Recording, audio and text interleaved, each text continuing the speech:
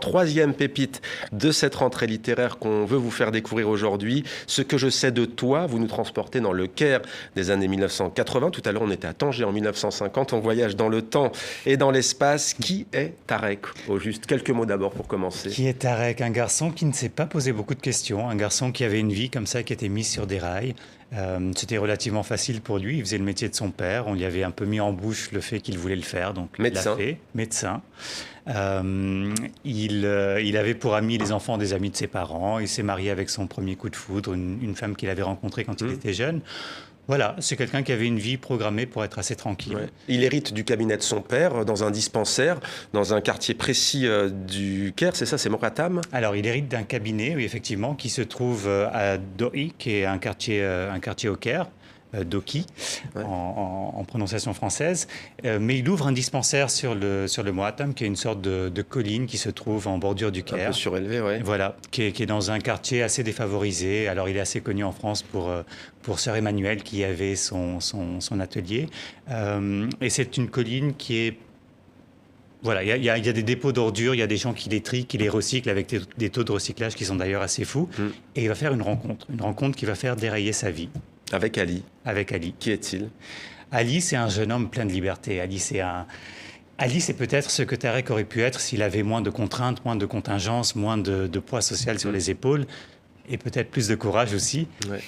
Ali, c'est cette espèce d'élan de vie que Tarek rencontre un jour et dont il finira. Je ne veux pas trop divulguer, comme on dit au Québec. Ouais. Ah bravo, il n'a pas dit spoiler, hein. C'est divulgaché, effectivement. Au Québec, on est sensible et à on ça. s'en félicite sur TV5 Monde, chaîne de la francophonie. Merci de le relayer. Mais c'est vrai qu'on ne va pas divulgacher, donc on ne dit pas qui est Ali. En tous les cas, cette répercussion dans sa vie va l'obliger à quitter l'Égypte, là on peut le dire, puisque c'est un peu le fil conducteur, entre autres, de cette émission. Il va devoir partir pour le Canada. Comment va-t-il vivre cet événement? C'est quoi? C'est une rupture avec le passé, avec sa famille? C'est une histoire d'exil. D'ailleurs, il y a plein de ponts avec ce que vous venez de dire. C'est une histoire de déracinement. Et il doit reprendre ses études à zéro, hein, disons-le. Médecin en Égypte, il y a ce qu'on appelle les équivalences. Faut recommencer à zéro. Je pense qu'il y a beaucoup de médecins qui sont partis d'Égypte à cette période et qui l'ont connu au Québec. Ils ont dû tout refaire depuis le début parce qu'il n'y avait pas d'équivalence, c'était compliqué, etc. Mais ce que je voulais raconter, c'était surtout l'absence que ça provoque. Parce que cet exil-là, ce fait de devenir un jour étranger partout, étranger dans la société où on arrive, mais aussi étranger dans la société qu'on quitte, parce qu'on ne la retrouvera jamais comme on l'a laissée, ça va avoir des répercussions sur sa famille. Et cette absence-là, j'avais envie de la décrire à travers le regard de chacune des femmes qui composent cette famille. On parlait tout à l'heure de l'Égypte. Est-ce que vous y êtes déjà allé? Quel rapport avez-vous à ce pays? J'y suis allé une quinzaine de fois. Je regardais TV5 Monde à chaque fois que j'allais là-bas. Non, c'est un pays que je connais bien. Je souris parce que j'ai un petit extrait à lire quand même. TV5 Monde. Hey, on va le lire. Alors, comment le narrateur appelle sa grand-mère Mémie, c'est comme ça qu'on dit? Ouais. Mémie. Alors, je vais retrouver l'extrait. Le voilà. Alors, il est question de langue, hein, justement, français-arabe. Le narrateur, pour ma part, je me sentais à l'aise dans l'une et l'autre, le français en classe et à la maison, l'arabe dans la cour de récréation.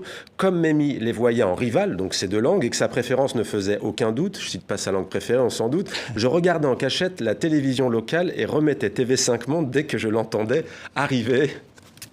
Oui, parce que voilà, alors, ça se passe dans une communauté bien précise, une communauté levantine, donc plutôt des Syriens, des Libanais, très francophiles. Ouais.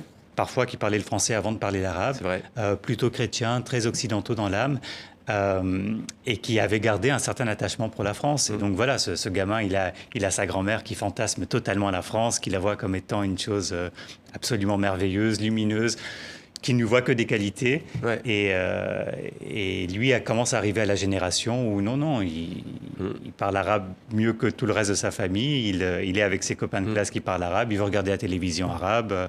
Il est sans doute plus intéressé par les tamseleyat qui passent pendant le ramadan à la télévision que par les reportages de TV5 Monde. Très bien fait, ceci dit. Donc voilà, c'est aussi une histoire de génération et puis une histoire de transmission.